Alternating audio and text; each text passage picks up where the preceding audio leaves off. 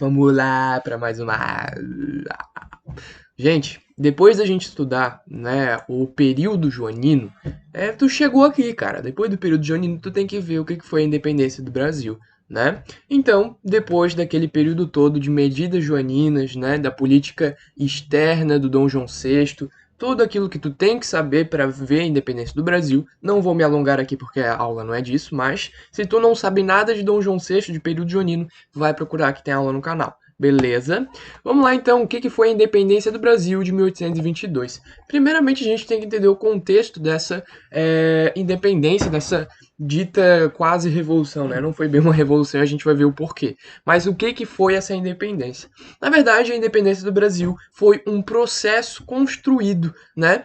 A gente tem aí, nesse exato momento da história, né? Nessa década de 20, e também na década de 10, né, 1810, 1820, por aí, a gente tem a independência da América Espanhola, tá? Então, vários países aí sendo formados na América Latina, tá? E a maioria deles foi um processo revolucionário. O Brasil vai na contrapartida de construir a própria independência, ou seja, não tivemos uma revolução, tá? A nossa independência foi construída pela elite e não pelo povo. Tá? Mas isso aí é a principal característica da nossa independência e a gente vai ver mais sobre ela depois, tá? Mas o contexto que nós temos que entender é o contexto de Revolução Liberal do Porto de 1820. Tá? O que vai acontecer é que os burgueses portugueses eles estavam muito, mas muito chateados, hashtag chateado, com o Dom João VI. Porque o Dom João VI ele tinha diminuído o preço, né, dos produtos ingleses e aí os preços dos produtos portugueses estavam mais caros que os ingleses, tá? Isso aí lá do Tratado de Aliança e Amizade. E ao mesmo tempo, Dom João VI, ele tinha transformado o Brasil em repartição, né, em Reino Unido, a Portugal e Algarves. Ou seja, né, Dom João VI ele estava tomando medidas anticoloniais, né? Ele estava promovendo o Brasil, coisa que os burgueses portugueses não queriam, eles queriam que o Brasil continuasse sendo colônia, né? E também enfraquecendo o comércio português. O que vai acontecer? Uma revolução liberal, tá? Ou seja, os burgueses portugueses, né, eles vão se unir e fazer então um congresso, né, onde eles vão chamar o Dom João VI de volta. E aí a gente vai ter todo o desdobramento político e econômico. O que vai acontecer? O Dom João VI aqui no Brasil, né, ele vai ficar meio dividido. Volto, não volto, volto, não volto, né? E aí a gente vai ter aí até a formação do partido, digamos, português e do partido brasileiro. Ainda nessa época não oficial, tá? Não era oficial isso ainda. O que vai acontecer é que o Partido Brasileiro quer que o Dom João VI fique, por motivos óbvios, né? Fica aí, querido, que daí a gente não vai ser colonizado. E o Partido Português quer que ele vá embora. Por quê? Porque eles são mais adeptos de Portugal e não tanto do Brasil, né? E aí o que vai acontecer? O Dom João VI, com medo de perder o próprio trono, vai acabar voltando em 1821 para Portugal.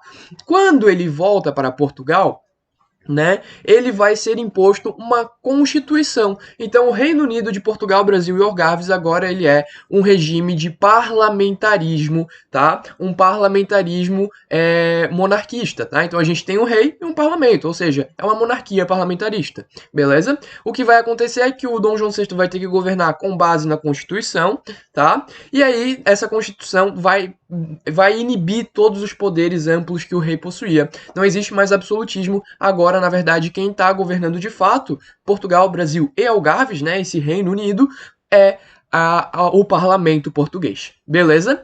Quando o Dom João VI foi para Portugal, ele deixou o Dom Pedro I aqui. E aí ele fala, né, até tem uma frase famosa que ele diz assim pro filho dele, cara, né, eu vou fazer uma paráfrase aqui, né, não vou falar exatamente como ele falou, mas ele fala assim, ó, cara, faz essa independência antes que outras pessoas façam. Então tu tem que assumir as rédeas da independência. Foi mais ou menos assim, tá? E aí o Dom Pedro I agora é o regente do Brasil. E aí, o que vai acontecer, né? Lá em Portugal, agora é o parlamento que o manda e o parlamento quer, né, que o Brasil volte a ser uma colônia, tá? E aí, para o Brasil se tornar uma colônia novamente, não pode ter um príncipe regente, não pode ter, né, um líder administrativo português em solo brasileiro, porque isso iria querer dizer, né, que a gente tem ali um monarca, né, reinando sobre o Brasil, né? E aí, para isso, né, o Dom Pedro precisava voltar, né? O Dom Pedro ele precisava voltar para Portugal para legitimar a recolonização do Brasil. E agora, o que vai acontecer? O Dom Pedro vai voltar ou o Dom Pedro vai ficar, né? Aqui a reunião, né, dos nossos queridos revolucionários do Porto, né? E aqui o nosso querido Dom Pedro I ainda não, né? Por enquanto é só Dom Pedro, beleza? O que vai acontecer? O parlamento vai mandar várias cartas para o Dom Pedro. Querido Dom Pedro... Não. Dom Pedro, solicitamos a sua volta imediata para recolonizarmos o Brasil. Beijinhos parlamentaristas. Carta número 2. Dom Pedro I, não recebemos suas mensagens. Você está nos ignorando. Por favor, volte ao Portugal o mais rápido possível. Carta número 50. Dom Pedro vai responder, não, truta. Basicamente, o Dom Pedro deixou no vácuo a galera, tá? Então, foi mais ou menos aí, quem entendeu a referência entendeu.